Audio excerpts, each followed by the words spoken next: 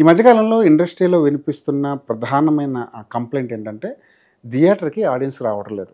థియేటర్‌కి ఆడియన్స్ ఎందుకు రావట్లేదంటే, దానికి 2 ప్రధానమైన కారణాలున్నాయి. ఒకటి, థియేట్రికల్ ఎక్స్‌పీరియన్స్ ఇచ్చే సినిమాలు మనం చేయట్లేదు. రెండోది, ఓటీటీలు అందుబాటులో ఉన్నాయి. ఇంట్లో ఓటీటీ ఉంటే థియేటర్ వరకు ఎళ్లి సినిమా చూడాలా అన్న మీమాంస ఆడియన్స్‌కి గట్టిగా ఉండడంతోటి ఆడియన్స్ థియేటర్ వరకు వెళ్ళడానికి బద్ధకిస్తున్నారు. కాకపోతే కొన్ని సినిమాల్ని ఖచ్చితంగా థియేటర్‌లోనే చూడాలి. అలా చూడకపోతే అది ప్రేక్షకులు చేసిన తప్పు అవుద్ది. అలాంటి తప్పు మీరు చేయకుండా ఉండాలంటే ఖచ్చితంగా 'మిరాయ్' అనే సినిమాని థియేటర్‌లో ఎళ్లి చూడండి. ఎందుకంటే థియేట్రికల్ ఎక్స్‌పీరియన్స్ ఎలా ఉంటుంది? ఒక విజువల్ వండర్ ఎలా ఉంటుంది? ఒక ఆర్ఆర్ గాని, ఒక సౌండ్ డిజైనింగ్ ఎలా ఉంటుంది? ఆర్టిస్టుల పెర్ఫార్మన్స్ ఇవన్నీ కుదిరితే ఒక సినిమా ఎలా ఉంటుందని చెప్పడానికి 'మిరాయ్' అన్నది ఈ మధ్య కాలంలో the best experience, the best example. చాలా తక్కువ బడ్జెట్‌లో బహుశా అది 60,00,00,000 బడ్జెట్‌లో ఇంత క్వాలిటీ అవుట్‌పుట్ ఇచ్చారా అంటే చాలా చాలా ఆశ్చర్యం వేస్తుంది. 'మిరాయ్' ట్రైలర్ గాని, టీజర్ గాని చూసినప్పుడే విజువల్‌గా ఇంత బావుందేంటి సినిమా అనిపించింది. కేవలం ట్రైలర్‌లో షాట్‌ల కోసమో, టీజర్‌లో షాట్స్ కోసమో అవి కట్ చేసి పెట్టారేమో, థియేటర్‌కి ఆడియన్స్ రావడానికి వాళ్ళు చేసిన జిమ్మిక్కేమో అనుకుని థియేటర్‌కి వెళ్తే నిజంగానే ఓ 2 గంటల పాటు ఒక విజువల్ ఎక్స్‌పీరియన్స్ ఎలా ఉంటుందో చూపించిన సినిమా 1 'తేజ సజ్జా' అన్న హీరో 'హనుమాన్' అనే సినిమా చేసిన తర్వాత చాలామంది చాలా రకాలుగా మాట్లాడుకున్నారు. 'హనుమాన్' చాలా పెద్ద హిట్టు. దాదాపు 300,00,00,000 కొట్టిన సినిమా అది. అలాంటి సినిమా చేసిన తర్వాత కూడా 'తేజ సజ్జా' ఏదో ఫ్లూక్‌లో హిట్ కొట్టాడు. 'తేజ సజ్జా' కి ఇది చాలా అదృష్టవశాత్తు వచ్చిన హిట్టు అని చాలా రకాలుగా మాట్లాడుకున్నారు. 'తేజ సజ్జా' అన్నవాడు తన టాలెంట్‌తో కొట్టిన హిట్టు అని నిరూపించుకోవాలంటే తె ఈ తర్వాత 'హనుమాన్' తర్వాత వచ్చిన సినిమా అన్నది చాలా చాలా చాలా ఇంపార్టెంట్. కాబట్టి 'మిరాయ్' అన్న సినిమాపై తేజ సజ్జా చాలా చాలా ఫోకస్‌గా ఉన్నాడు. 'హనుమాన్' తర్వాత ఎలాంటి సినిమా కూడా ఒప్పుకోకుండా 'హనుమాన్' తర్వాత తనకు చాలా చాలా ఆఫర్‌లొచ్చాయి. కానీ ఎలాంటి రెమ్యునరేషన్‌లు మనకు భారీ రెమ్యునరేషన్‌లు వస్తున్నాయి కదా! అని చెప్పేసి దానికి తలొగ్గకుండా 'మిరాయ్' కోసమే తను 2 ఏళ్ల పాటు కష్టపడ్డాడు. బహుశా ఇది 'హనుమాన్' కన్నా ముందే ఒప్పుకున్న ప్రాజెక్ట్ అయినప్పటికీ కూడా 'హనుమాన్' తర్వాత తేజ సజ్జకున్న క్రేజ్ విపరీతంగా పెరగడం. 'హనుమాన్' తర్వాత చాలా కథలు వినడం. ఒక రకంగా 'తేజ' లాంటి హీరోని టెంప్ట్ చేస్తాయి. భారీ రెమ్యునరేషన్‌లు, భారీ కాంబినేషన్‌లు టెంప్ట్ చేసి ఉండొచ్చు. కానీ అవన్నీ పక్కన పెట్టి కేవలం 'మిరాయ్' మీద 2 ఏళ్ళు కష్టపడ్డాడు. 'మిరాయ్' టీజర్ బావుంది, ట్రైలర్ బావుంది, కాంబినేషన్ బావుంది, 'వైబుందేలే' అన్న పాట చాలా బావుంది. ఇవన్నీ చూసిన తర్వాత ఖచ్చితంగా 'మిరాయ్' ఏదో చేయబోతుంది, ఏదో మిరాకిల్ చేయబోతుంది అన్న నమ్మకం కలిగింది. ఈరోజు థియేటర్‌కెళ్ళి చూస్తే 2:30 గంటల పాటు ఆ నమ్మకాన్ని నిజం చేయడానికి టీమ్ అంతా చాలా చాలా చాలా కష్టపడింది. కథాపరంగా చూస్తే ఒక చందమామ కథ లాంటి ఈ సినిమా ఇది. అశోకుడి కాలం నాటి ఒక 9 పుస్తకాలు వాటి కోసం ఒక ఓహ్, వాటిని దక్కించుకుని ఈ ప్రపంచాన్ని తన స్వాధీనంలో ఉంచుకోవాలనుకునే ఒక ప్రతినాయకుడు. ఈ ప్రయత్నాన్ని ఆపడానికి వచ్చిన ఒక హీరో. ఇంతే. కథ మాత్రం చాలా సింపుల్. చందమామ కథ లాంటి ఈ సినిమా ఇది. కథ ఏంటన్నది మీకు టీజర్‌లోను, ట్రైలర్‌లోను దర్శకుడు ముందే చెప్పేసాడు కాబట్టి మనం ఎలాంటి సినిమా చూడబోతున్నాం అని ఒక అంచనాకు వచ్చి థియేటర్‌లోకెళ్తాం. థియేటర్‌కెళ్ళిన తర్వాత ఆ అంచనాలను నిజం చేస్తూ ఆ కథని ఎక్స్‌పాండ్ చేస్తూ, ఆ కథని చెప్పే విధానంలో కొత్త పుంతలు తొక్కుతూ, దానికి విజువల్ ఎఫెక్ట్స్ జోడిస్తూ, ఆర్టిస్టుల పెర్ఫార్మెన్స్ దాన్ని యాడ్ ఆన్ అవుతూ, కంప్లీట్‌గా సినిమా చూసిన సినిమా మొత్తం అయిపోయిన తర్వాత థియేటర్ నుంచి బయటకొస్తే, ఒక మంచి సినిమా చూసాం, ఒక థియేటర్‌లో ఎక్స్‌పీరియన్స్ అనుభవించాం అన్న ఫీలింగ్ ప్రతి ఆడియన్‌కి కలుగుతుంది. ఈ విషయంలో డైరెక్టర్‌కి, టెక్నీషియన్స్‌కి, ఆర్టిస్టులకి ఫుల్‌గా పూర్తి మార్కులు పడిపోతాయి. ముఖ్యంగా దర్శకుడి గురించి మాట్లాడుకోవాలి. చాలా ఒక చక్కటి కథని, చందమామ కథ లాంటి ఆహ్, సబ్జెక్ట్‌ని తీసుకొని, దాన్ని ఆబాలగోపాలానికి అర్థమయ్యేలాగా, వాళ్ళందరికీ నచ్చేలాగా దాన్ని బాగా డిజైన్ చేసుకోగలిగాడు.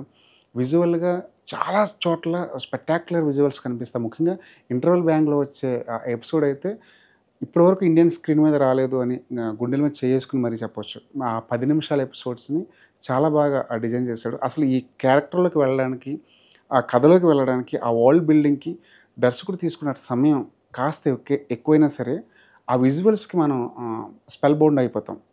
ఆ విజువల్స్‌కి, కథ చెప్పే విధానానికి, స్క్రీన్ మీద కనిపిస్తున్న ఆ కొత్త ప్రపంచానికి ఆడియన్ వెంటనే కనెక్ట్ అయిపోతాడు. కాస్త కథలోకి వెళ్ళడానికి, హీరోని ఇంట్రొడ్యూస్ చేయడానికి, హీరోని మళ్ళీ మెయిన్ కథలోకి లాక్కురావడానికి దర్శకుడు కాస్త టైం తీసుకున్నాడు. ఆ టైం తీసుకున్నా సరే అక్కడ తేజ సజ్జా పెర్ఫార్మెన్స్ కానివ్వండి, మిగిలిన ఆర్టిస్టుల పెర్ఫార్మెన్స్ కానివ్వండి, మనకి ఇంట్రెస్ట్ అనేది సస్టైన్ చేయడానికి బాగా దోహదం చేశాయి. ఇంటర్వల్ బ్యాంక్ వచ్చేసరికి ఖచ్చితంగా మీకు విజువల్ పరంగా ఒక కొత్త సినిమా చూసాం, చూడబోతున్నాం. ఇంటర్వల్ తర్వాత కూడా ఏవో చాలా ఇంట్రెస్టింగ్ ఎలిమెంట్స్ రాబోతున్నాయి అన్న ధీమాతో ఆడియన్ థియేటర్ నుంచి బయటకొస్తాడు. ఇంటర్వల్ తర్వాత దర్శకుడి దగ్గర చాలా ఎక్కువ కథ ఉంది.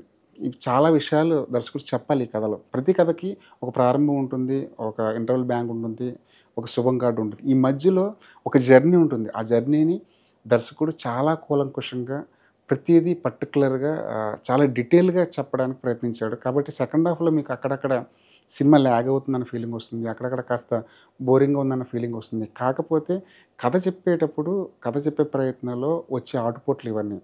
తర్వాత కాస్త బోరింగ్ అయినా సరే, తర్వాత వచ్చే ఒక యాక్షన్ ఎపిసోడో, తర్వాత వచ్చే ఒక థ్రిల్లింగ్ ఎపిసోడో ఆడియన్స్‌ని మళ్ళీ సినిమా చూడాలన్న కుతూహలాన్ని, ఎక్సైట్‌మెంట్‌ని కలిగిస్తాయి. ముఖ్యంగా ప్రీ క్లైమాక్స్, క్లైమాక్స్ డిజైన్ చేసుకునే విధానం చూస్తుంటే, అప్పటి వరకు నడిచిన ఒక యావరేజ్ సినిమాని ప్రీ క్లైమాక్స్, క్లైమాక్స్ వరకు దర్శకుడు తీసుకెళ్ళి దాన్ని ఒక హిట్ సినిమాగా మార్చేసాడు. క్లైమాక్స్‌లో ఆ రాముడికి సంబంధించిన ఎలిమెంట్‌ని జోడించే విధానం కానివ్వండి, ఆ విజువల్స్‌ని అక్కడ ట్రైన్ ఎపిసోడ్ కానివ్వండి, ఆ యాక్షన్ ఎపిసోడ్ కానివ్వండి, ఇవన్నీ చూస్తే అప్పటి వరకు యావరేజ్‌లే పర్లేదు బానే ఉంది, పాస్ అయిపోతుంది అనే ఫీలింగ్ వచ్చినప్పుడు, ఈ రాముడు ఎలిమెంటు యాక్షన్ ఎపిసోడ్స్ ఏమైతే ఉన్నాయో, అవన్నీ ఒక యావరేజ్ సినిమాని ఒక హిట్ సినిమాగా, ఒక సూపర్ హిట్ సినిమాగా తీసుకెళ్ళిపోయాయి. ముఖ్యంగా రాముడు ఎలిమెంట్ గురించి ఎందుకు మాట్లాడుకోవాలి అంటే, ఈ మధ్య కాలంలో కొన్ని సినిమాలు మనం చూస్తూనే ఉన్నాం.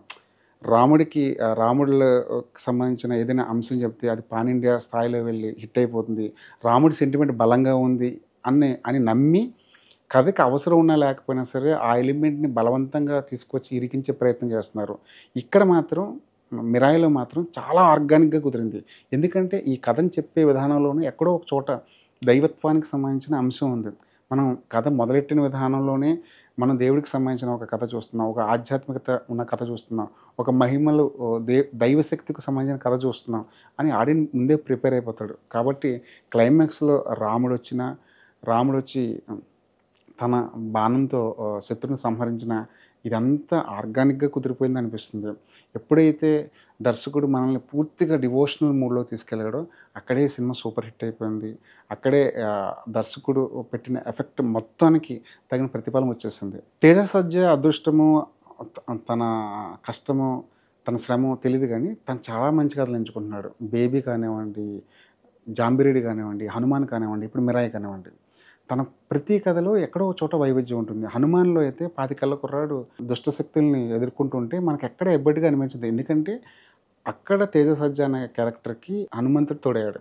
ఇక్కడ 'మిరాయిలో' 25 ఏళ్ల కుర్రాడు ఈ ప్రపంచానికి వస్తున్న విధ్వంసాన్ని ఆపడానికి ప్రయత్నిస్తుంటే, ఇక్కడ కూడా మనకి ఏమి పెద్దగా ఇబ్బందిగా ఏమి అనిపించదు. ఎందుకంటే అక్కడ 'హనుమాన్‌లో' హనుమంతుడు ఎలాగైతే హీరో క్యారెక్టర్‌కి అండగా నిలిచాడో, 'మిరాయిలో' శ్రీరాముడి క్యారెక్టర్ అలాగా అండగా నిలిచింది. పైగా ఈ సినిమాలో మదర్ సెంటిమెంట్ అన్నది చాలా చాలా కీలకమైన పాత్ర.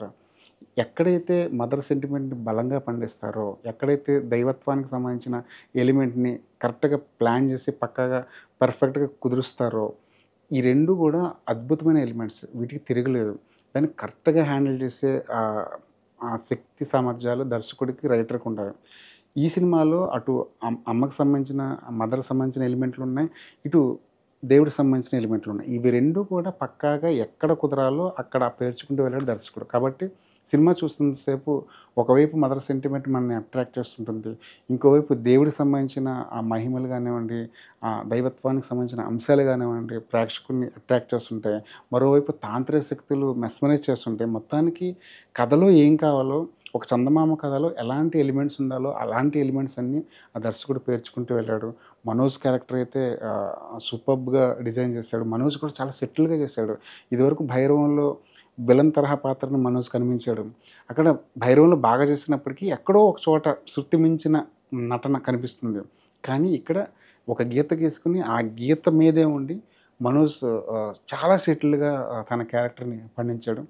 శ్రియ గారికి కూడా చాలా కెరియర్‌లో గుర్తుండిపోయే ఒక మంచి క్యారెక్టర్ పడింది. ఈ సినిమాలో చాలామంది చిన్న చిన్న క్యారెక్టర్‌లో కనిపిస్తారు.